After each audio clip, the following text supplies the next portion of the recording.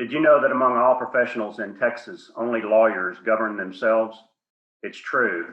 As members of the State Bar of Texas, we have the right to vote on the people who represent us, the rules that regulate us, and the dues we pay for the right and privilege to practice law.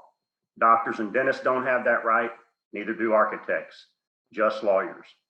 Our system of self-governance gives us tremendous power and responsibility, but it only works if we exercise our right to vote.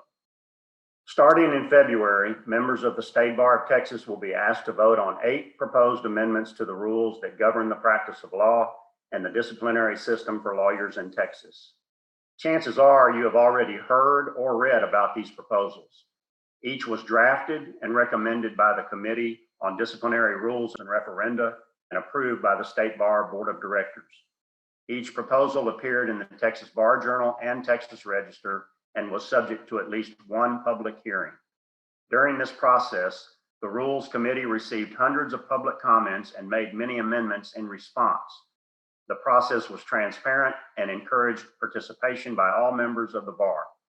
As a result, these proposals have been well vetted.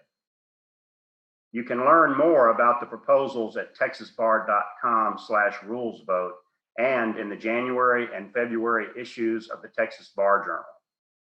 If you have questions after reviewing the proposals, please send an email to rulesvote@texasbar.com.